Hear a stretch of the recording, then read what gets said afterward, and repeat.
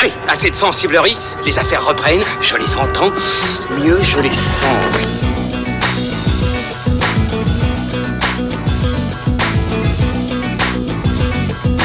Qu'est-ce que c'est que ce foutoir, mon petit Bernard? C'est l'engin de guerre le plus puissant de tout l'univers. Allez, c'est parti pour Fin de séance, épisode 26, votre podcast ciné qui vous donne la parole en sortie de salle. On est très content de vous retrouver après quelques jours d'absence. Bonne année, on espère que vous avez passé de bonnes fêtes en notre compagnie. Et oui, puisque notre précédent épisode spécial Noël qui revenait sur les films de décembre a très bien fonctionné. Donc un immense merci à vous tous qui avez téléchargé, partagé et même échangé avec nous sur Twitter ces derniers jours. C'était très sympa, vraiment, merci. De quoi allons-nous parler aujourd'hui? Eh bien de deux grosses sorties ciné puisque nous allons nous pencher sur le très attendu Creed 2 et revenir sur Bienvenue à Marwen de Robert Zemeckis qui est sorti début janvier dans l'indifférence quasi générale mais qui à nos yeux méritait bien quelques mots, 2-3 mots même plus d'ailleurs si affinité. N'est-ce pas Pierre Delors de fanfootage.fr que je salue. Comment vas-tu camarade? Eh bien ça va fort bien ma foi, j'ai passé des bonnes fêtes, j'ai pas tellement pris de kilos. C'est vrai. Mais autour de la table, je crois qu'on est resté svelte pendant les vacances. C'est vrai, t'es en pleine forme là. Ça se voit, très bien. Ilan Ferry et Julien Munoz de cinevibe.fr sont également là. Ça va les copains? Hello. Ça va, oui. Bonne année. Bonne année. Merci. Oh, ça me fait plaisir. C'est vrai qu'on s'est pas vu en plus. Depuis la dernière fois qu'on s'est vu, c'était en 2018 quoi. Ça date. Le temps passe. C'est incroyable. Bon, eh bien écoutez, on perd pas les bonnes habitudes. On démarre avec les avis des spectateurs sur Creed 2. Tout de suite, c'est parti. Bon, cette mission c'est quoi? Moi j'ai préféré le premier. Peut-être l'histoire était peut-être un peu plus simple, plus authentique.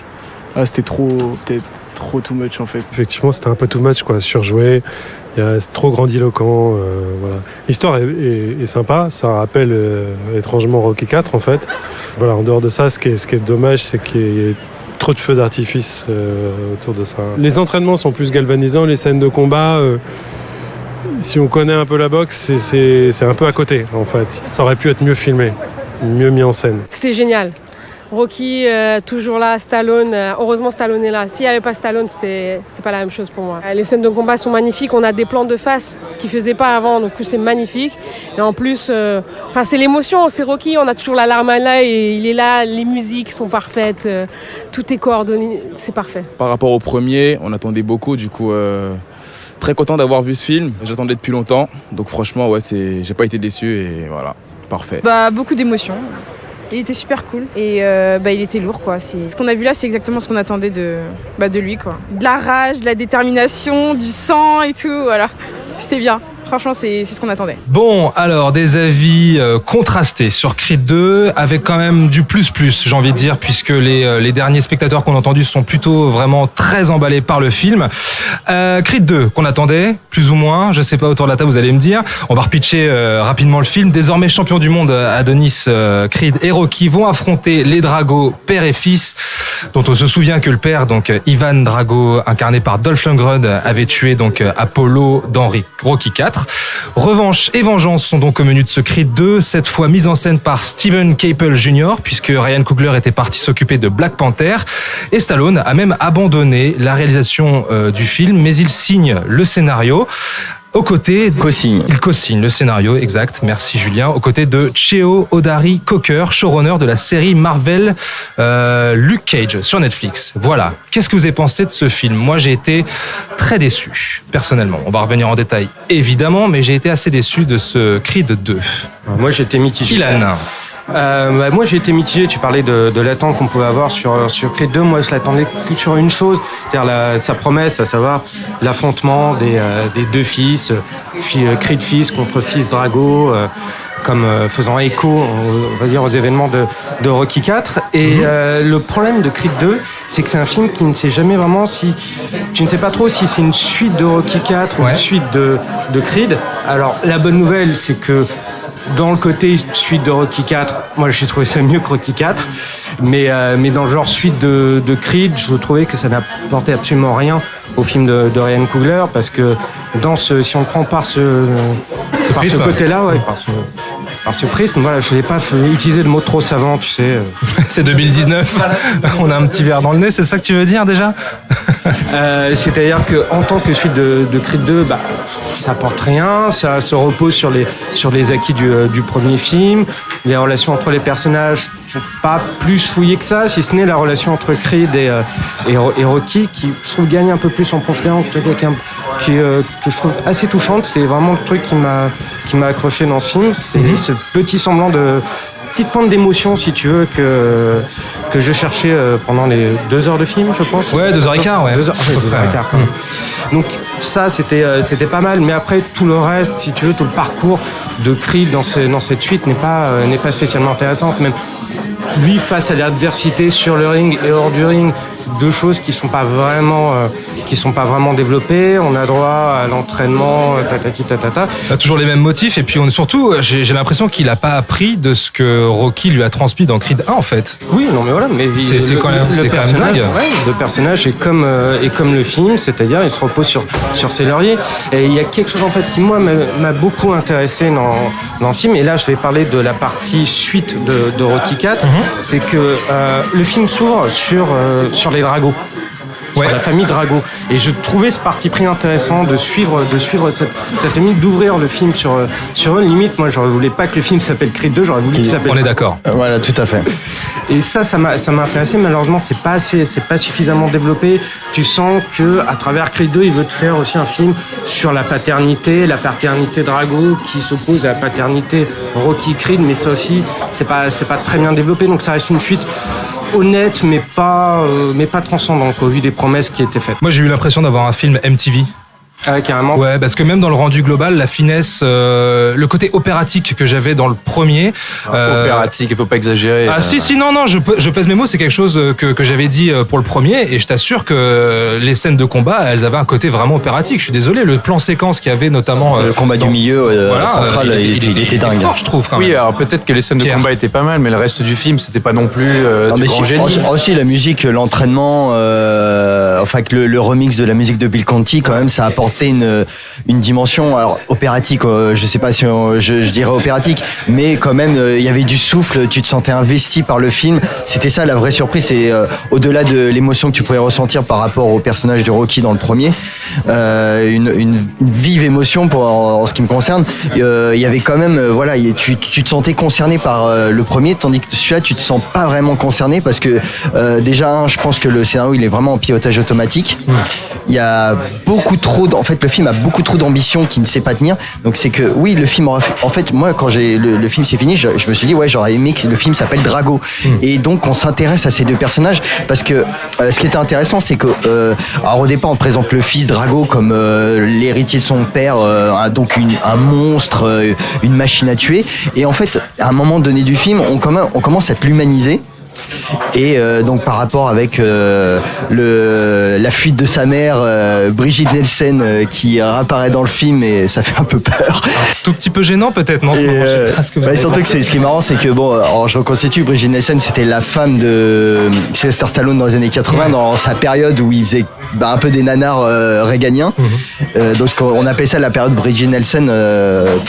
Les spécialistes de Stallone appellent ça la période Brigitte Nielsen. Donc période où Stallone était coquet, je sais pas comment on dit. Il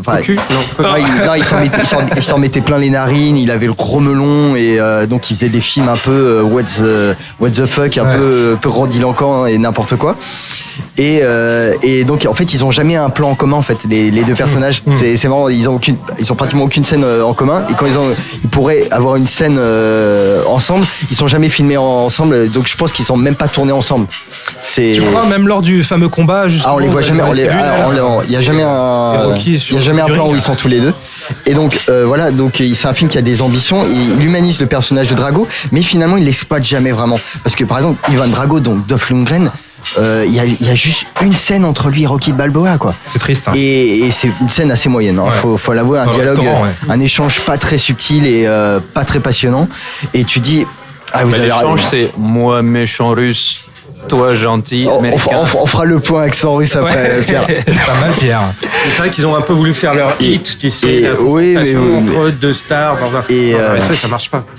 Et donc on a encore Rocky, donc le parcours de Rocky, mais là comme tu disais, Stallone a abandonné la réalisation en cours de route à cause d'un mini scandale par rapport à MeToo.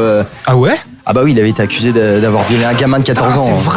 C'est vrai qu'il y avait eu ça. Oui, exact. Oui, je me souviens donc il s'est retiré de la mise en scène. Il est crédité en tant que scénario, mais moi j'ai vraiment l'impression qu'il est démissionnaire à tous les niveaux. C'est vrai qu'il y avait eu un vieux dossier qui était ressorti d'une nana qui l'accusait d'avoir organisé une sordide partouze dans une chambre d'hôtel dans les années 70-80. Ouais, si, ouais. Jamais entendu parler de ça. Ah bah pourtant c'est... Pour faire profil bas, il s'était retiré. Ouais, il a fait profil bas et donc, mais j'ai vraiment l'impression que cette émission va au-delà de la mise en scène. Je pense que le scénario est pas trop écrit par lui, où il a dû poser quelques idées de base et je pense qu'on le sent vraiment parce que on voit pratiquement jamais Rocky en fait dans le film et je trouve qu'il est vraiment mis de côté et comme tu disais Ilan, le parcours de Creed est tellement en pilotage automatique que c'est pas très intéressant en fait. Alors que il y a sa nouvelle paternité qui arrive, il y a sa femme qui montre des signes de fatigue auditive mais ça c'est amené au début mais après c'est ne jamais exploité sur la fin et donc en fait c'est un film qui survole un peu toute sa dimension tragique et qui mène à juste un Rocky assez banal. Les combats sont pas géniaux, sont même franchement pas très emballants. Bon, il y a une ou deux pêches mais Victor Drago qui sont quand même sympas. Mais en termes de mise en scène, ça pose sur 2 heures de film, tu vois, sur les combats en tant que tel. Et là, des moments forts quand même. Et là où je suis pas d'accord avec toi, c'est que moi je préfère Rocky 4 il vaut ce qu'il vaut, c'est un nanar. Il est fun, mais au moins, mais c'est ça, c'est un mauvais film et tout le monde le kiffe parce qu'au moins ça y va à fond les ballons dans le. Rocky contre Terminator, le mec qui est entraîné par des ordinateurs et tout. Enfin, c'est rigolo. C'est génial. C'est surtout que ce qui est marrant, c'est que c'était un film. C'était un film que tous les gamins avaient adoré à l'époque. Et je veux dire, même que les Russes ont vu sous le manteau à l'époque, enfin l'Union soviétique, et que les mecs, même malgré qu'ils reconnaissaient qu'ils étaient caricaturés dans le film, ils kiffaient le film, quoi. Ils étaient tous pour Rocky. Donc c'est pour te dire à quel point quand même c'était un film assez emballant, quoi. Et là c'est un film alors qui se veut très sérieux, qui essaye de finir encore une fois le parcours de Rocky et dans la dernière scène qui est pour moi la seule vraiment émouvante. C'est la seule où j'ai commencé à avoir une petite larmichette. C'est vrai. Et pourtant c'est une scène qui n'est absolument pas logique avec ce qu'on avait vu par exemple à la fin de Rocky Balboa. Et donc c'est un film je trouve très plat, très au-delà du bancal. Ouais, au-delà du bancal, tu vois, c'est un film je pense j'ai un avis assez moyen dessus et je pense que ça va pas s'arranger avec le temps, quoi. Au-delà du bancal. À toi Pierre. Du coup moi alors effectivement je trouve que Creed 1 était mieux. Thomas veut sa bière. Oui, s'il te plaît. Il fait genre sans bruit pour pas qu'on l'entende mais allez, vas-y. Pardon. Excuse-moi hein. Non mais vas-y, balance. Je révèle les coulisses de l'émission. Effectivement, Creed 1 était bien mieux réalisé. Ryan Coogler a une patte et ça se sentait. Après, je peux pas dire que j'avais été particulièrement emballé par Creed 1. Je trouvais ça sympa, mais sans plus. Moi, Rocky, la saga Rocky, ça me suffisait amplement. J'avais pas besoin qu'on aille chercher le fils d'un autre personnage de la saga Rocky. Enfin, pourquoi pas créer une franchise de boxe qui peut voler de ses propres ailes. Tu vois, quelle était vraiment la légitimité de la saga Creed par rapport à la saga Rocky? La saga Rocky, on le sait tous, c'est aussi la vie de Sylvester Stallone. Le personnage et son pendant cinématographique et les films reflètent sa vie. Chaque film reflète une période de sa carrière. Et puis aussi, ça parle de cette époque particulière, y compris aux États-Unis, etc. Donc Creed, qu'est-ce que ça représente vraiment? Je serais tenté de dire pas grand-chose. Voilà, c'est ça. Il y a eu sans doute une volonté de Ryan Coogler à la base, sauf que Ryan Coogler, il est plus là. Maintenant, on a changé encore de réal, on sait pas trop qui a écrit le film. Donc voilà. Je pense qu'il y a aussi qu'est-ce que représente Creed. Je trouve que pour Stallone, le projet Creed en lui-même assez important, que Creed c'est aussi un film sur la transmission, sur la filiation et qui arrive à un moment donné où Stallone a quand même perdu son fils il y a quelques années. Je pense que ça trouve des résonances aussi dans sa vie personnelle qui sont importantes. Je pense pas que ce soit opportuniste d'être encore dans cette franchise. Non mais j'allais y venir. C'est important pour lui parce que d'ailleurs, pardon, excuse-moi. Oui, pardon. Excuse-moi, parce que tu n'as toujours pas dit ce que tu pensais de Creed. Exactement. Ça se trouve j'ai trouvé ça génial. Non, j'allais y venir. Justement, c'est un film qui veut nous parler de la filiation, de la transmission, du rapport au père. Alors, et chez le couple de personnages Drago, le père et le fils, le père qui a transmis sa haine à son fils et qui l'a transformé en machine à tuer, alors qu'il l'humanise au bout d'un moment, effectivement, ce personnage qui est joué par un comédien que je trouve, par exemple, nettement plus intéressant que l'antagoniste de Creed 1, qui était juste un boxeur basique, j'ai déjà oublié, je sais même plus à quoi il ressemblait, tu vois. Alors que là, ils sont allés chercher un gros boxeur roumain, allemand roumain, Florian Munteanu. Le mec, c'est une montagne, quoi. Il est gigantesque. Je trouve qu'au moins, il en impose un peu plus. Il a une bonne tête. Et effectivement, son personnage, moi, me marque plus. Mais ce côté filiation, finalement, on a beau faire genre, allez maintenant, on va se distancer de la franchise Rocky vers la fin du film. Allez maintenant, Creed, vole de tes propres ailes. Et bah, crac, on nous remet la musique de Rocky dans le combat final, tu vois. Enfin, il y a un moment, ça, c'est un loupé. Ça, faut savoir, les mecs. Ouais. Et ce combat final. Encore une fois, je repars sur ce que tu disais, Julien. Pour moi, il y a un énorme loupé dans le tête-à-tête entre Ivan Drago et Rocky. Ivan Drago, c'est quand même le personnage qui a assassiné sous ses yeux son meilleur ami, oui. D'accord, qui était un des gros méchants cartoonesques de la série, donc vraiment un grand méchant de BD. Un archétype. Ouais. Il manque une scène qui aurait été une scène hyper puissante où les deux montaient sur le ring à la fin, les deux entraîneurs, pour se faire face avant de lancer leur poulain dans l'arène, quoi. Ça, pour moi, c'est un énorme loupé du film. Il est plus dans cet esprit-là, Rocky. Oui, mais pour moi, ça aurait été. Parce que dans la bande-annonce, je crois dans la bande-annonce, il y avait des images où ils se regardaient tous les deux, et dans le film, ça a totalement disparu. Donc ils ont juste un pauvre face-à-face dans un resto. Il dit moi méchant, toi gentil, moi vengeance, et c'est tout. J'en profite pour dire que j'aime beaucoup Dolph Lundgren. Hein. Mais quand on a voulu le faire parler en russe dans ce film, c'était peut-être une très mauvaise idée. Mais vous avez pas trouvé qu'il fait vachement petit, Dolph Lundgren, dans le film? Ouais, mais il est à côté d'une masse aussi, d'un colosse. Mais le truc, c'est que voilà. Alors, il faut le dire encore une fois, les moments en russe joués par Dolph Lundgren et son fils Victor Drago sont particulièrement ridicules. Enfin, c'est vraiment. C'est comme quand nous on entend des Américains parler avec un pseudo accent français. Tu vois, faut arrêter avec ça, c'est pitoyable. Bon, on sait que le public américain a pas du tout l'oreille pour quelque chose d'autre que l'anglais et l'espagnol, mais il y a un moment, ça fait tiède, faut arrêter. Maintenant, au-delà de ça, comme vous l'avez dit, je vais pas trop reprendre ça, mais ceux que moi j'avais envie de voir, c'était Victor Drago et son fils, parce qu'au final. Non, mais à la limite, c'est pour ça. Hein. C'est pour ça qu'il faut aller le voir. C'est pour ça qu'il faut aller le voir, parce que c'est intéressant, parce qu'au final, le personnage de Creed, enfin, je veux dire, il a tout pour lui, il est hyper riche, c'est le champion du monde, tout le monde l'aime, c'est un fils de bourge. Il a récupéré sa voiture. Rien, il a aucun problème. Oui. Mais je veux dire, tout va bien pour lui. C'est pas un personnage intéressant. Là, il prend. En fait, en plus, c'était un peu le cas dans Rocky 2, en fait. Ouais, mais il prend un peu la grosse tête, etc. Mais on l'avait déjà vu dans Rocky 3, tu vois. Enfin, la saga Rocky l'avait déjà fait. Il y a rien de nouveau, en fait. Et je trouve que ce personnage, il est hyper basique. Et il lui suffit. Et tu vois, on veut nous faire croire que c'est le champion du monde, sauf que ça y est, un match plus tard, il se fait défoncer. Et puis il lui suffit d'aller s'entraîner 2 semaines dans le désert, et puis ça y est, il est de nouveau fort. Ou alors même, non, voilà, il a perdu son match et puis il se fait défoncer par un gros Mexicain tatoué dans le désert qui est même pas un champion de boxe, on sait pas qui c'est. Moi, j'ai pas cru une seule seconde à son statut de champion poids lourd. Alors, le mec, on va te faire croire que c'est le nouveau Mike Tyson, quoi. Ouais, il revient quand même d'une sacrée convalescence, quand même. Ouais, enfin bon, c'est hyper facile. J'ai déjà tout vu dans Rocky. Je trouve que c'est pas un personnage très intéressant. J'essaie de défendre, pardon. Pour moi, Creed 2, c'est comme Creed 1. C'est des films qui sont sympas, ça se regarde, il y a quelques bonnes scènes, mais c'est un peu chiant et j'en retiens rien, tu vois. T'avais un souffle épique et vraiment une iconisation dans Creed 1 que tu retrouves absolument pas dans celui-ci. Quel que soit ce qu'on avait dit, les affrontements entre les personnages, que ce soit les pères figurés ou véritables, Rocky et Drago, aucun souffle épique, aucun frisson dans leurs échanges. Idem pour Creed et fils Drago. Tu ne ressens rien. C'est un film qui est un peu encéphalogramme plat. Ça veut pas dire que tu prends pas de plaisir, parce que c'est un film de boxe correct, mais au vu des ambitions qu'avait donné les ambitions de Creed 1, on pouvait attendre mieux, quoi. Encéphalogramme plat, je sais pas. Moi, je l'ai vu dans une salle. Ils étaient hyper. Les spectateurs ont applaudi, hein. Mais je parle en termes d'émotion pure. Alors justement, tu vois, dans le micro-trottle, la plupart des gens qu'on entend soulignent vachement l'émotion, le rapport Creed-Stallone, tu vois, c'est vraiment ça qui les a marqués aussi. Pourtant, ça passe vraiment au second plan dans le film, hein. C'est une ou deux scènes, hein. Peut-être qu'ils retiennent justement la scène finale.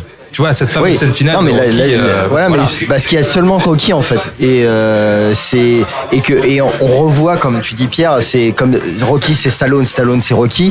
On fait l'amalgame entre les deux et voilà, tout de suite ça devient le film prend un peu corps à ce moment-là. Mais c'est la dernière scène du film. Et avant, on doit se taper un film qui, moi, je trouve vraiment en pilotage automatique, où moi je vois Stallone démissionnaire et c'est un peu triste parce qu'il a annoncé que c'était sa dernière apparition en tant que Rocky. Alors, avec lui, on sait jamais. Voilà, avec ça, il ne faut jamais dire jamais. Ils sont partis pour faire un troisième, je pense, quand même. Mais juste, c'est ce que j'allais dire, parce qu'à la fin, sans spoil, mais on nous fait croire que la franchise maintenant va voler de ses propres ailes, comme je le disais, que Rocky reste dans l'ombre et que maintenant c'est à Creed d'y aller. Je me demande bien ce qu'ils vont pouvoir raconter, parce que déjà on en est à 2 films, ils racontent déjà ce que Rocky avait fait, et ils sont obligés d'aller rechercher les méchants de Rocky 4 pour nous créer un scénario. Apparemment ils veulent faire le... Je sais pas du tout ce qu'il va pouvoir nous dire, quoi. Et Rocky n'a plus le cancer. Ah oui, et Rocky a le cancer dans le rein, il prend des médicaments au début. Ouais, d'accord. D'accord, mais effectivement. Non, mais voilà, non, mais c'est pour ça que je trouve que émotionnellement, le film a quand même vachement moins de puissance, quoi. Puisque écoutez, les événements du 1, on met ce qui nous arrange de côté, on prend ce qui nous arrange de l'autre, et puis on fait un peu notre tambouille, et voilà, quoi. Et on vous lacère, et voilà, c'est à consommer, quoi. Bon, on vous lacère. Voilà. Terminé, hein? Je pense que on va on l'a mis KO. J'ai l'impression qu'on a été hyper méchants. Bah écoute, non, mais je peux comprendre. C'est faible, c'est un peu faible. Ouais, mais je peux comprendre que le film plaise, et je comprends les spectateurs quand même à la sortie qui étaient enthousiastes, qui étaient satisfaits d'avoir vu ce film pour ce qu'il propose, mais vraiment replongez-vous dans la saga Rocky et revoyez bien Creed 1 à ce moment-là. Mais... J'étais au UGC et il y a trois gros lascars qui sont venus s'asseoir derrière moi. Et les mecs, ils étaient beaucoup plus jeunes, hein, je sais pas quel âge ils avaient, 19 ans. Et ils étaient à fond dedans. Ils pouvaient pas s'empêcher de parler, mais tu pouvais pas leur reprocher de trop l'ouvrir, parce que les mecs ils étaient là, oh non, t'as vu, oh obligé, il va perdre. Et ça crée un effet. Ils étaient à fond dedans, et en plus c'était des gros fans de Rocky qui étaient capables de citer tous les trucs. Il y en avait un dans le lot qui connaissait un peu moins, il disait ah mais attends, t'as pas vu, mais alors ça dans Rocky 3 il se passe ça parce que dans le 4, etc. Je trouvais ça hyper marrant, hyper cool. Et pendant le premier combat où Creed rencontre Victor Drago, qui est un combat assez violent pour lui, qui est moi peut-être le seul affrontement que j'ai trouvé un peu cool, parce que on a vraiment des grosses patates qui défoncent. Ouais, mais en termes de mise en scène. Eux aussi ils étaient à fond dedans, et là c'est peut-être le seul moment où j'étais un petit peu pris par le truc, c'est que voilà, ça tabasse dur, et certes la mise en scène n'est pas, voilà, c'est pas Michael Mann, mais dans Ali, mais je trouvais que c'était une scène sympa. Ok, bon. On a terminé ? Oui. Ok, très bien. Donc, poids plume, poids mouche. Poids mouche, oh là, poids léger. Petit poids plume. Bon, très bien. Eh ben, on quitte. Poids lourdingue. Pas mal. Là, on applaudit. Humour. On applaudit. Merci. Poids lourdingue. Tu m'as sabré ma transition, donc je ne sais plus ce que je voulais dire. Bah, c'est pas grave. On termine donc sur Creed 2. N'hésitez pas à nous dire ce que vous en avez pensé, effectivement, sur les réseaux sociaux. On passe maintenant à Bienvenue chez Marouane de Robert Zemeckis. C'est parti. Oui, bienvenue à Marouane et pas bienvenue chez Marouane. Pardon les gars, je sais que une vanne, Ilan peut-être ? Non, on pouvait dire bienvenue chez Style Poupée aussi. Voilà, ça y est, ça c'est fait. Alors, grand oublié des Golden Globes, sans doute également des prochains Oscars. Assassiné par la presse américaine, peu apprécié des spectateurs américains, énorme gadin au box-office américain. Nous, on avait quand même très envie de revenir sur ce Bienvenue à Marouane de Robert Zemeckis, qu'on aime beaucoup, Robert Zemeckis déjà, et le film également, j'ai l'impression, on va juste repitcher. Adapté du documentaire de Marouane Call de Jeff Malmberg en 2010, le film s'inspire de l'histoire vraie de Marg Hogenkamp qui, en 2000, fut victime d'une amnésie totale après avoir été sauvagement agressé. Il va alors se lancer dans la construction de la réplique d'un village belge durant la Seconde Guerre mondiale en guise de thérapie, un village dans lequel il met en scène les figurines des habitants en les identifiant à ses proches, ses agresseurs ou lui-même. On avait très très envie de revenir sur ce film qui est sorti tout début janvier, qui pour nous inaugurait quand même l'année 2019 en grande pompe, puisque c'était pour nous un très bon film. Heureusement, la presse française a été beaucoup plus clémente à son égard. Mais quand même tiède. Pardon ? Quand même tiède. Tu trouves ? Ouais. Moi, je trouve que... Moi, j'ai vu quand même de très bonnes critiques. Zemeckis, c'est quand même le réalisateur, en tout cas, un des réalisateurs les plus sous-estimés depuis 19 ans. C'est quand même c'est un réalisateur que tout le monde cite aujourd'hui par rapport à Roger Rabbit ou à Retour vers le futur. Et aujourd'hui, tout le monde s'en moque de lui, quoi. Parce que tout le monde dénigre ses films, personne ne comprend les paris artistiques, technologiques, ouais, surtout. L'artisanat qu'il y a derrière son cinéma. Et Marouane est encore une preuve de cet artisanat. Et comme on a une presse française institutionnelle qui n'en a rien à faire de la technique, dénigre la technique forcément, ne comprend rien au film en fait. Ouais, mais là j'ai l'impression que pour Marwen justement, avec tout le côté technologique que le film propose, au-delà du drame, il y a une réception quand même meilleure justement qui va dans ce sens-là, qui salue justement le côté technique au service de cette histoire-là. Moi je trouve quand même que la réception est tiède, mais ça n'engage, c'est mon ressenti, mais au moins j'ai pas lu en France quelqu'un qui appelait le film un désastre. Tu vois, alors qu'aux US, ils sont pas gênés. Hein. Alors que quelques semaines avant, quand même, t'as cette même presse américaine qui crie au génie devant Aquaman, quoi. Je dis ça, je dis rien. Ouais, c'est triste. Bon, alors, qu'est-ce que t'en as pensé, toi ? Bah moi, voilà, j'étais vraiment emballé par le film. C'était un film que j'attendais beaucoup depuis que j'avais vu la bande-annonce.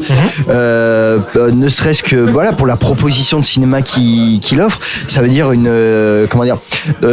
espèce de psychanalyse par la fiction d'un personnage qui est traumatisé et on peut préciser qu'en fait il y a un artiste graphique de talent, oui, illustrateur, tout ça, qui après n'a peut plus exercer sa profession à cause de ce qui lui arrive. Et qui donc recrée il s'est fait lyncher par des il s'est fait lyncher par des mecs parce qu'ils l'ont pris pour un homosexuel et donc ils l'ont lynché parce qu'on a le personnage en fait qui est un fétichiste des chaussures de femmes et donc qui aime porter des chaussures de femmes et on va y revenir, mais ce qu'il y a, c'est que ce qui est brillant, c'est ce côté donc c'est inspiré d'une histoire vraie, mais ça dépasse en fait tout les prérogatives d'un biopic.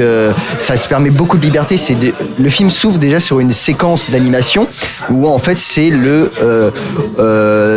délire du personnage, en fait son fantasme à travers donc ces poupées qui manie, qui photographie. Il se fait des films qui en fait sont des projections de son traumatisme par lequel il va y avoir tout un processus de guérison très complexe et très intelligemment construit de manière dans la psychanalyse. Alors, je suis pas un spécialiste de la psychanalyse, mais ça donc, il me semblait. Je suis un peu déçu là.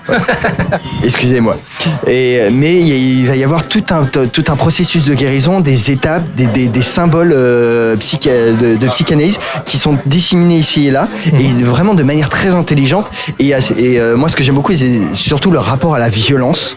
C'est-à-dire que ce personnage revit son traumatisme par la fiction, par rapport à des nazis qui reviennent sans cesse malgré qu'ils sont exécutés par des acolytes féminins du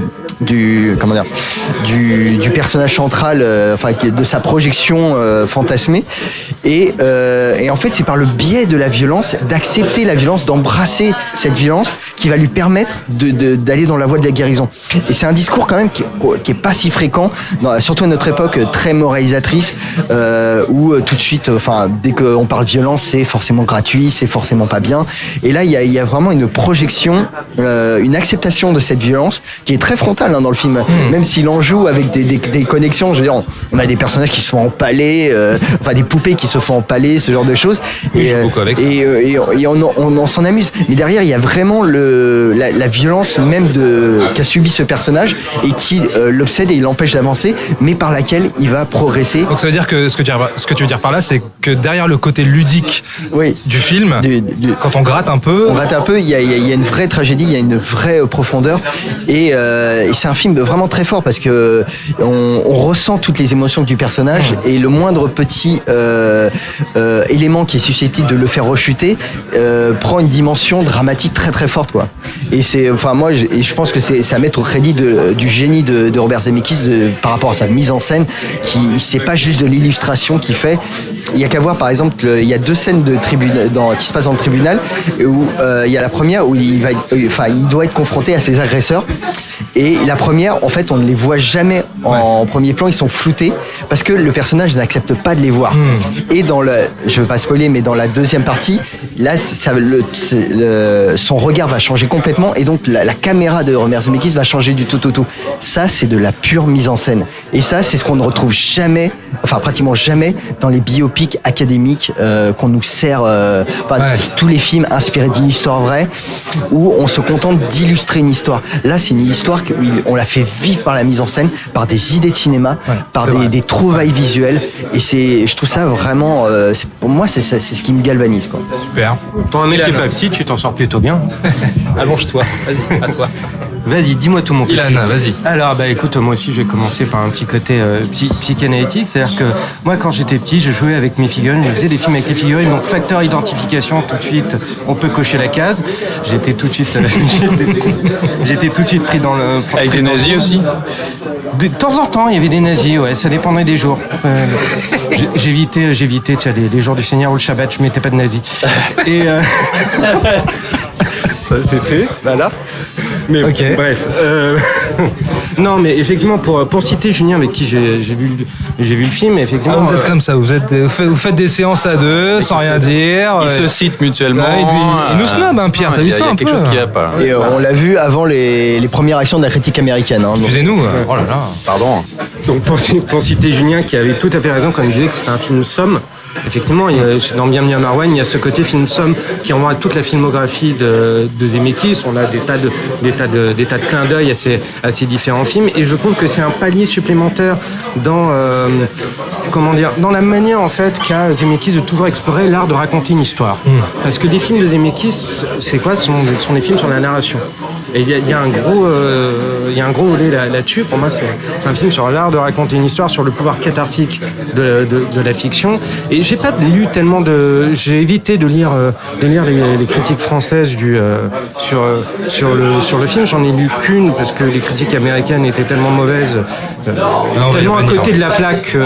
J'ai évité. Il y avait une critique qui reprochait au film le rapport que entretenait le personnage de Steve Carell avec les femmes, disant que c'était un rapport de domination qu'il avait avec les femmes, que ça les mettait très mal à l'aise, etc. Et je trouve que là aussi on est complètement à côté de la plaque, parce que ce film c'est une ode à la femme. C'est réellement une ode à la femme. Alors, moi j'ai trouvé ça hors sujet, pouvoir de guérison, et surtout effectivement encore une fois au pouvoir de résilience, au pouvoir de la fiction. Et encore une fois on a Zemeckis qui repousse encore une fois les limites de son propre cinéma. Encore une fois, il joue avec les perspectives, il joue avec nos perspectives, tel que l'a dit Julien tout à l'heure, je le recite. Oh là là, dis donc. Mais tout ça en fait effectivement un film extrêmement complet, extrêmement beau, parce qu'au-delà de la technique, il y a aussi le cœur. C'est un film qui a un énorme cœur, qui a une empathie, une très grosse empathie pour ses personnages. Tous ces personnages, en particulier celui de Steve Carell, qui est aussi dans son côté marginal quelque chose un peu de Doc Brown, du personnage de Joseph Gordon-Levitt dans The Walk, ou encore dans sa manière d'affronter ces démons, de les fuir puis après de les affronter. Il m'a aussi beaucoup rappelé le personnage de Denzel Washington dans Flight. Donc on peut aussi dire là-dessus que c'est un film somme, parce qu'à la fois il renvoie à toutes les figures symboliques de son cinéma au niveau technique et iconique, mais aussi au niveau des personnages. Ce qui est une première, parce que Zemeckis aime pas du tout. Il se fait pas dans l'autocitation et dans l'auto-analyse de sa fiction. Pour avoir lu des interviews et vu des interviews avec lui et discuté des gens qui l'ont interviewé, c'est quelqu'un, ça fait partie de ces réalisateurs américains qui fait oui, non, mais ça c'est vous qui le voyez, c'est parce que vous êtes français. L'interprétation des critiques. Voilà. Oui, et qui est très froid en fait, qui met beaucoup de distanciation et qui devient plus très sympathique en fait dès que tu essaies d'analyser son cinéma. Et là, de le voir s'autociter, mais pas de manière gratuite pour se faire des clins d'œil. Je suis bon quand même, tu vois. Non, on a l'impression qu'il y a une mise à nu là, parce que c'est comme quelqu'un qui a subi des échecs consécutifs et qui là se met son cœur de cinéaste à nu, parce que ça parle quand même d'un créateur, d'un narrateur, qui est donc voilà le personnage qui met en scène encore une fois son traumatisme, tout ça. Et on a l'impression que Zemeckis pour la première fois de sa carrière s'ouvre un peu comme a fait Spielberg encore avec Ready Player One récemment, tu vois, de parler à son public et de parler de lui en tant que cinéaste. Et je trouve que voilà, ça rend le film très émouvant, et c'est d'autant plus que j'ai envie de le défendre, quoi. Je me dis c'est un palier dans la carrière de Zemeckis pour moi, ce film. Ah ouais. Ouais, moi je pense que je sais pas à quoi va ressembler sa carrière ensuite. Le prochain film c'est avec The Rock. The Rock, ouais. Bon, après je sais pas s'il va être toujours d'actualité vu le bid du film, hein.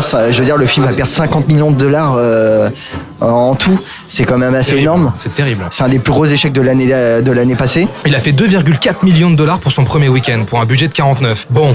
Mais c'est un film qui est très incompris. Je pense que ça va être un des films les plus incompris de l'année. Ça c'est sûr. Moi, c'est ce qui ressort de ce que j'ai vu, c'est que les gens ne comprennent pas ce film, ne comprennent pas le caractère personnel qu'il peut avoir, ne comprennent pas à quel point il fonctionne sur différentes strates, à quel point il fait jouer à la fois le merveilleux et l'intime sur des plans à la fois différents et complémentaires. Et je trouve que c'est un film qui à la fois il est fort, extrêmement fort. C'est beau ce que tu dis. Allez, à toi, Pierre. On t'a pas entendu encore. Qu'est-ce que t'as pensé de ce film qu'on a vu ensemble? Moi, j'en ai pensé qu'il ne faut pas se fier, si vous êtes des spectateurs français, il ne faut pas se fier à cette affiche assez moisie qui ressemble à une comédie basique avec Danny Boone. Il ne faut pas se fier à ce titre qui est aussi pas du tout évocateur. Il faut aller le voir, c'est vraiment un très beau film, c'est un film qui a du cœur. C'est effectivement, je pense que tu as mis le doigt sur quelque chose d'important, Julien, c'est que Robert Zemeckis se dévoile vraiment. Le film parle autant de ce personnage qui a véritablement existé que de lui, Robert Zemeckis. Je maîtrise pas suffisamment son dossier, sa vie, etc. J'ai jamais lu de bouquin sur la vie de Robert Zemeckis, mais je sais que c'est un mec avec des obsessions, avec aussi peut-être des traumatismes qu'on ne soupçonne pas, et qui s'est certainement beaucoup retrouvé, beaucoup reconnu dans ce personnage. Je sais pas non plus dans quelle mesure l'histoire a été réadaptée, réécrite pour le cinéma. Je pense pas que ce soit hyper non plus. Enfin, ça m'étonnerait que ce soit passé exactement comme ça. Oui, c'est parce qu'il pose un regard de cinéma, cinéaste dessus. Il y a un regard extrêmement personnel, ce qui, à mon avis, a échappé totalement à la critique américaine. Bon, on va pas encore lui taper dessus à cette pauvre critique américaine, mais si. Ouais, elle l'a bien cherché quand même. La plupart de toute façon, il faut le dire ce qu'il y a, et souvent c'est un milieu très intellectuel, démocrate dans les grandes villes, et ils sont dans une espèce de telle fuite en avant pour montrer qu'ils ne sont pas l'Amérique de Trump, que dès qu'il y a quelque chose qui paraît un petit peu polémique, tout de suite on lui tombe dessus. Et puis on sort aussi du hashtag MeToo, donc j'ai l'impression que c'est la cible facile. Mais c'est ça, il leur faut absolument prouver à la terre entière qu'ils sont beaux, tolérants et pacifistes, et que du coup, dès qu'il y a un truc qui parle d'un rapport avec les femmes, ça y est, crac, on lui est tombé dessus pour qualifier le film de film misogyne. Pour moi, c'est une énorme bêtise. C'est un contresens total de ce qu'est le film. Alors, contresens, moi je suis pas non plus de l'avis je dirais pas comme toi, Ilan, que c'est une ode à la femme. Je ne pense pas. Je crois que derrière il y a un rapport aux femmes justement qui est très important. Il les met sur un espèce de piédestal. Je pense pas que ce soit non plus une ode à la femme, mais ce qui dérange un petit peu dans ce film, c'est que dans son monde imaginaire, voilà, ces figurines, ces poupées, c'est même pas des figurines, c'est des poupées qu'il fabrique, qu'il prend en photo pour faire des films. Pas des photographies, mais des faux docu-photos. Il s'imagine des scénarios pendant la Seconde Guerre mondiale où lui se voit comme ça, dans une espèce de pilote héroïque. C'est qu'il est accompagné d'une bande de femmes très grindhouse, très pulp. Très pulp. Et en fait, c'est des personnages de BD. C'est-à-dire qu'elles sont physiquement, elles ont une apparence un peu sexualisée. Et puis on a la rousse, la noire, la mexicaine, la française coquine. Et chacune renvoie un personnage dans la vraie vie du personnage. Qui sont toutes inspirées, voilà. Alors, désolé de refaire mon petit point accent pourri, mais on sait que Robert Zemeckis, malgré tout l'amour que je peux avoir vers lui, pour lui, n'a pas démontré au fil de sa carrière un talent pour les accents particulièrement prononcés. Regardez The Walk en VO, c'est particulièrement gênant. Moi, je suis pas d'accord pour The Walk. Encore une fois, des accents bien pourris, notamment un bel accent russe, totalement ringardos de la part de Gwendoline Christie, cette actrice de Game of Thrones. Quand c'est des poupées, ça me dérange pas. Parce qu'encore une fois, c'est des personnages de BD. C'est des personnages de films pulp. Donc c'est normal qu'elles aient un espèce de côté série B, pas réaliste. Par contre, quand ça se passe dans la vraie vie, je trouve ça moisi. Mais bon, c'est pas très important. Je me suis pas arrêté là-dessus. Le truc, c'est que y a ces personnages féminins qui ont sans doute un peu gêné. Mais en fait, il faut voir derrière les apparences. Il faut voir aussi que c'est le véritable trauma de ce personnage, Marc, qui s'est traduit comme ça. Après tout, c'est un personnage qu'on voit aussi regarder des films porno à un moment dans le film. C'est vrai, oui, c'est vrai. Non, mais oui, c'est un homme seul et qui, d'ailleurs, malgré ça, ne projette aucun fantasme sexuel sur ses poupées. Hein. Non, parce que ça reste des guerrières dans son imaginaire. Et c'est des guerrières, mais ce que disaient des critiques américains, c'est que ces femmes n'ont aucun rôle, c'est juste des personnages secondaires, des faire-valoir qui ne sont là que pour supporter le personnage de Marc. Ben oui. En fait, c'est même pas des vrais personnages, c'est des projections mentales, c'est des aspects de sa personnalité qui l'aident à sortir de son trauma. C'est pas des véritables humains, c'est simplement inspiré de personnages qui sont dans son entourage pour les créer. Et c'est pas grave. Et ça ne fait pas du film un histoire misogyne, pas du tout. C'est un très beau film, c'est un film qui a du cœur, ça fait un film qui est très drôle. Et ce qu'il faut dire, c'est que si vous aimez le cinéma, si vous aimez la mise en scène et que vous le loupez en salle, honte à vous, parce que on a un niveau de maîtrise, notamment dans ces espèces de scènes ces scènes de transition entre l'animation et la prise de vue réelle. Il y a des raccords dans le plan qui sont absolument démentiels. C'est fou, ouais. Et il y a cette fameuse ouverture où on commence dans un avion de chasse et puis j'en dis pas plus. C'est très perturbant au début, on sait pas trop à quoi on a affaire, puis après on se rend compte et puis on trouve ça génial et puis c'est hyper ludique. Puis après on découvre qu'il y a une esthétique de poupée comme ça, c'est vraiment très bien fait. C'est parfois hyper touchant, parfois hyper drôle. Donc c'est un film qu'on conseille et reconseille, et si vous le loupez, ne vous laissez pas influencer par tous ces avis sans intérêt. Ouais, n'ayez pas peur par rapport à l'affiche, allez-y, vraiment. Vraiment. Soyez curieux. Je reviens sur ce que tu as dit concernant Robert Zemeckis, que tu connais. C'est pas trop, qu'il n'y avait pas de livre sur lui. Il faut savoir que Rokirama... Il y en a peut-être, mais moi j'ai pas lu. Rokirama a consacré son dernier numéro à Robert Zemeckis, un numéro entier à Robert Zemeckis, avec des articles qui sont vraiment intéressants et qui offrent des clés qui peuvent permettre... Dis donc, t'as participé au numéro, quoi, toi ? Non, du tout. Ah bon, d'accord. Okay. Non, mais du tout, mais je trouve que le numéro est intéressant. Moi, j'ai appris des trucs sur Robert Zemeckis, et ça peut permettre de comprendre un peu mieux aussi Bienvenue à Marwan, et pas Bienvenue chez Marwan. Ça va, merci. Ok. Autre chose à rajouter ? Que si vous aimez le cinéma, allez voir le film et puis revoyez les films de Zemeckis, quels qu'ils soient, tous. Alors moi j'aurais juste une chose à dire, la BO d'Alan Silvestri. Ah oui. Qui est vraiment, vraiment chouette. Si vous aimez les belles compositions de films, restez jusqu'au bout du générique même, parce que le thème de fin est vraiment super beau. Ah si, alors, désolé, mais il en fallait un. J'ai un petit bémol. Ah bon ? Oui, j'ai un petit bémol. Tu m'as caché ça. Non, on en a parlé à la sortie. C'est que je trouve que Steve Carell est très bien, c'est un très bon comédien. Je trouve pas non plus qu'il livre la meilleure performance possible pour le personnage. Je le trouve très bien, mais je le trouve un petit peu dans une espèce de zone de confort de personnage que j'ai déjà vu chez Steve Carell. Et c'est je pense qu'on aurait pu aller plus loin là-dessus. D'ailleurs, les critiques américaines sont revenues sur le casting de Carell dans le film. Ils pensent qu'il a été employé pour désamorcer le côté pervers et misogyne du film. Non, parce qu'en fait, Carell avait aussi... Ce qui est idiot, d'ailleurs. Non, mais en fait, ce qui s'est passé, c'est que Carell était tombé sur cette histoire, déjà sur ce même documentaire où je crois la biographie du personnage de Mark, et il voulait absolument prendre les droits. Je remets pas ça en question. Et en fait, c'est un alignement des planètes, c'est-à-dire qu'au même moment, Zemeckis est tombé sur le documentaire, ils se sont contactés. Et voilà, j'adore Steve Carell, c'est un comédien que je trouve formidable. Je ne trouve pas que dedans il soit exceptionnel, et voilà, c'est un mini loupé. Et la même chose pour le personnage de Diane Kruger, parce que Diane Kruger est dans le film. Je ne trouve pas qu'elle soit formidable. Tu vois, c'est pareil, c'est un de mes petits bémols. Le personnage de Steve Carell qui l'interprète, c'est un personnage qui est difficile à aborder aussi, parce que oui, bien sûr. Pas trop comment cerner, comment tu vas jouer un personnage comme ça. Moi, je trouve qu'il s'en sortait plutôt bien. Mais... Bon, puisqu'on en est dans l'espace des bémols, là, je vais dire mon petit truc. Non, c'est vrai, non, mais c'est vraiment très secondaire. Au fait, c'était de la merde. Non, c'est vraiment très secondaire. C'est par exemple le personnage de Kurt, je crois que c'est, si je me souviens bien, le voisin, le petit ami, l'ex-petit ami de la voisine, donc de Steve Carell, interprété par Leslie Mann, qui est très bien. Hein. Qui en fait son intrigue en fait ne mène pas grand-chose. En fait, je trouve qu'elle a été, on a l'impression qu'elle est amputée. Parce que tu sais, on a cette scène où... je pense qu'il a pas le temps. Il te le symbolise facilement, tu le comprends tout de suite. Le mec, par exemple, fait un renvoi à une figure nazie de son imaginaire. Et où il y a une confrontation entre les deux personnages. Le personnage est très effrayé. Et on se dit qu'il va y avoir un drame avec ce personnage. Et en fait, ça ne devient jamais. Donc, mais c'est vraiment 3 fois rien comparé aux qualités réelles du film. Hein. Vraiment... Bon, bah voilà. Ok, c'est bon ? C'est parfait. Ok, bienvenue à Marwan de Robert Zemeckis, c'est en salle. Allez-y, vraiment. Dites-nous ce que vous en avez pensé sur Twitter, sur les réseaux sociaux. On en discute. Allez, merci à Lucas, Stéphane, Angélique, Amiré et Lauriane pour nous avoir accordé quelques instants en sortie de salle sur Creed. Pour nous retrouver, c'est très simple sur toutes les applis podcast, SoundCloud et Spotify. Sur Twitter également, @fin2_séance, hashtag fin de séance. Un petit merci également à une auditrice, les amis, une auditrice du côté de Édimbourg qui s'appelle Anaïs. Donc on lui fait un très gros bisou.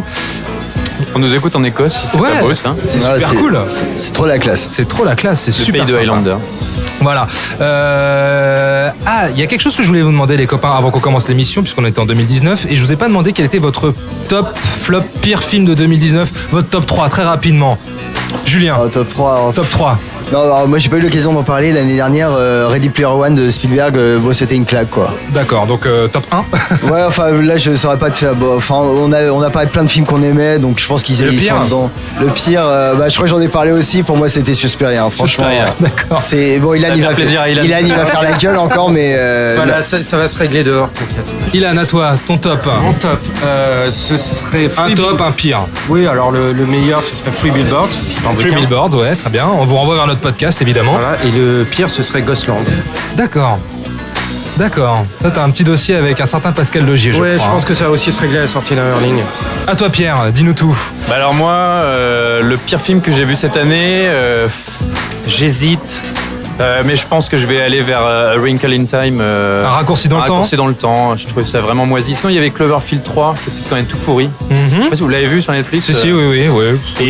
Et comme d'habitude, pareil, je peux pas m'empêcher, on me demande un truc, j'en fais deux. En top. Allez, Mais vas-y. mon top, en fait, c'est pas ce que je considère comme les meilleurs films de l'année, mais c'est vraiment mes deux gros coups de cœur. C'est Une affaire de famille, le film de Koreeda. Le film japonais. très beau, ouais. Si vous l'avez pas vu, c'est absolument formidable. Et Lieto, le film russe sur le groupe Kino, c'est juste mortel. Très bien. Ok. Qui avait été recommandé aussi par Ilan Chaud. tout à fait. Pourquoi tu as Tout bon à goût Il paraît, ouais. Moi, je voulais dire aussi Ready Player One pour le top, mais donc je vais le laisser à Juju. Mais je me range derrière toi. Je vais citer Patagon Papers. Phantom Thread, c'était génial. Alors il y avait le Paul Thomas Anderson, effectivement, Phantom Thread aussi que j'aurais pu citer. dont on n'a Et pas parlé cette année. Spider-Man.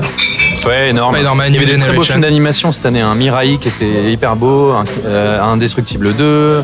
Alors Spider-Man quand même là qui a remporté le Golden Globe du meilleur film d'animation. Donc ça sent très très bon pour lui pour les prochains Oscars. Donc Je trouve c'est qu'entre très, très Batman bon. Ninja et Spider-Man, c'était quand même kiff-kiff. Hein. Et dans le pire, je vais citer Aquaman. J'ai pas vu. On devait en parler, La flemme. on aurait pu en parler dans le précédent podcast, mais on n'a pas On n'a pas voulu se mouiller. Voilà. Venom Merci, était Ilan. bien pourri. Hein. Ilan, Oui, c'est moi. merci. Merci à toi. On te retrouve sur Cinevibe.fr et Cinevibe.fr sur Twitter.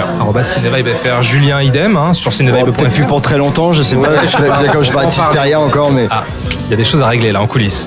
Pierre, merci à toi. Et bah de rien. On te retrouve très vite sur Fanfootage.fr. et sur Twitter. Fan... Aïe aïe aïe aïe aïe aïe aïe. Fanfootage FR. Voilà, très bien. Bon, Pardon. on vous fait de très très gros bisous et on vous dit à très vite les amis. Bye bye. Bisous, bisous. Salut. Nous allons faire du bon travail ensemble. Yes. No. OK.